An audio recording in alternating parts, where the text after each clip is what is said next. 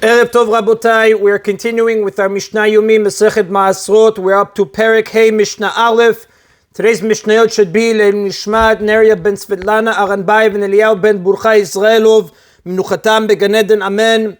Rabotai, we learned in the Tosefta Masechet Demai Perek Aleph Mishnah Yud Gimel Braita Yud Gimel that it is prohibited to plant produce that's tevel. Tevel is produce that the Maasrot were not separated yet. This is based on the prohibition that you cannot benefit from tevel in a way that destroys it. For example, the Gemara Masechet Shabbat, page 26a, discusses tevel may not be used as fuel for a fire. So planting something in the ground is considered destroying it, and it's forbidden, therefore, to plant tevel. The Mishnah now is going to discuss whether this prohibition applies to partially grown plants. Ha'oker shtalim mitoch shelo v'natal letoch shelo patur. If someone uproots young plants from his field and replants them somewhere else in his field, he is not obligated to separate Maasrot from the plants before he replants them.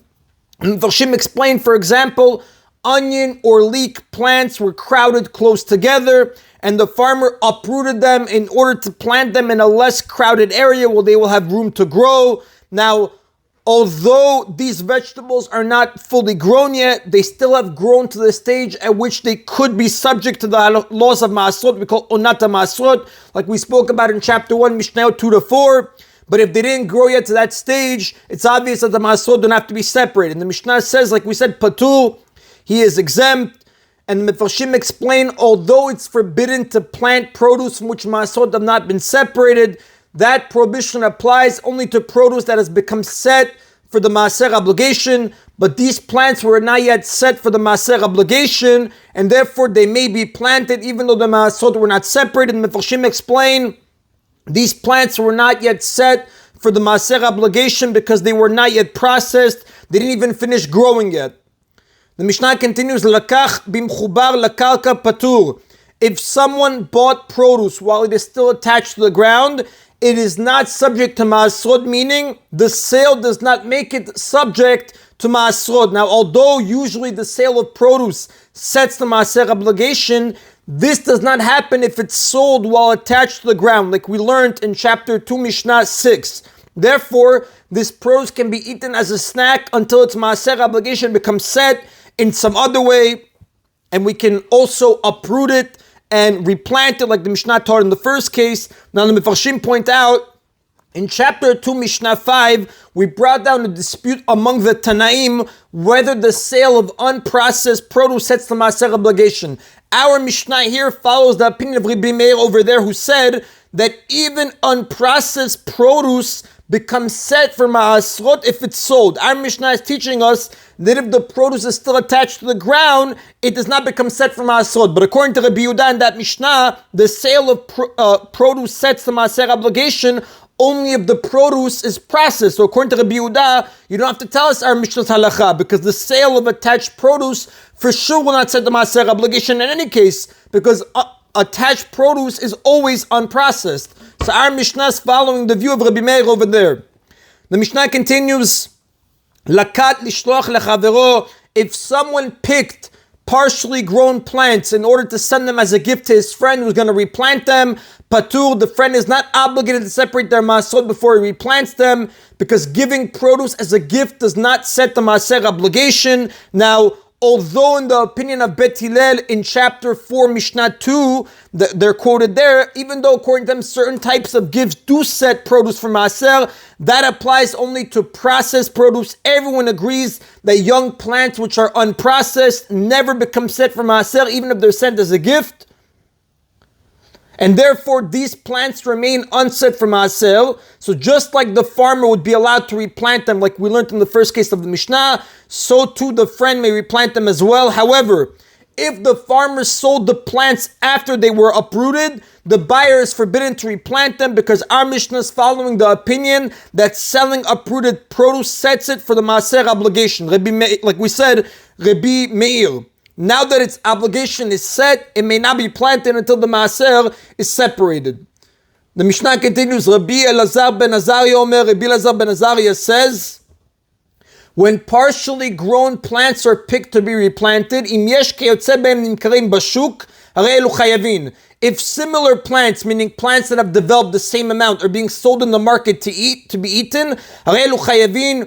These plants that were picked to be replanted are subject to the Maaser obligation, meaning they may not be planted until their Maasrot are separated, and this halakha applies whether a person wants to replant them himself or give them to a friend who's going to replant them. It is forbidden, according to Rabbi Elazar ben Azariah, for anyone to replant these plants until their Maasrot are separated, if, how it is right now, it's sold in the market. The reason being because plants that are sold in the market are legally considered to be processed and therefore subject to Maasrot, even if they have not actually gone through any processing. So if a person picks plants that are at the same stage as the ones being sold in the market, he must treat his own plants as though they are processed, so they should not be confused with the plants being sold, which are legally considered to be processed, as the Rav explains to us. And the Rav tells us, Ven halacha ki Rabbi Elazar ben Azariah, the halacha does not follow the opinion of Rabbi Elazar ben Azariah. And that is the Rabotai of Mishnah Aleph. We continue with Mishnah Bet. Now that we taught some cases in which a person can replant vegetables without separating Maasrot, the Mishnah is going to discuss a case where it's forbidden to do so. It involves replanting turnips or radishes. If these vegetables are replanted after they have fully grown, they harden and become inedible, but they produce seeds that can be used to plant more turnips and radishes. So the Mishnah is going to discuss whether a person has to separate Maasrot from these vegetables before replanting them to grow seeds. If someone uproots a turnip or radishes from his field, in order to replant them somewhere else in his field for the sake of producing seeds, which therein will grow more, which you can use to plant more turnips and radishes, chayav, he is obligated to separate Maasrot from the vegetables before replanting them, because this act of uprooting them is considered their goren, which is the act that makes them fully processed and set for Maasrot. Since these vegetables will harden and become inedible after they're replanted, their development as food is completed now when they are uprooted. Now the Rav explains, although these turnips or radishes will produce seeds, the production of seeds is not considered a further development of the vegetable because the seeds are not edible. The fact now that the food is going to become inedible after the replanting means it hit its capacity of being processed. So because of this, they are now considered fully set for Maasrot, and therefore they may not be planted until their Maasrot are separated. And Mepharshim explain, usually such vegetables are not considered finished for Maasrot until they go through processing, like being collected in a basket, like we spoke about in chapter 1, Mishnah 5. But these turnips and radishes will never undergo any further processing because they're being replanted. Therefore, as soon as they are uprooted, they have reached their finished condition for Maasrot. The Mishnah now is going to discuss another case where vegetables were replanted, this time without the knowledge of the owner. The cases where a person stored vegetables in an attic that had a dirt floor. Bitzalim, if onions were stored in an attic, and the Mepharshim explain, onions is a common example, the same would apply to other plants and vegetables.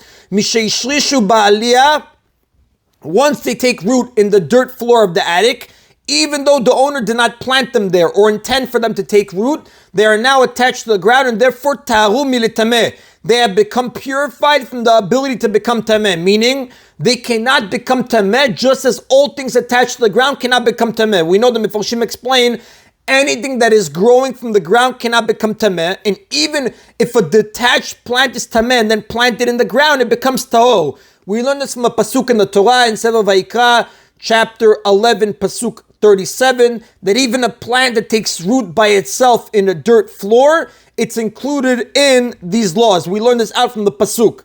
Now, the Mepharshim explain the same.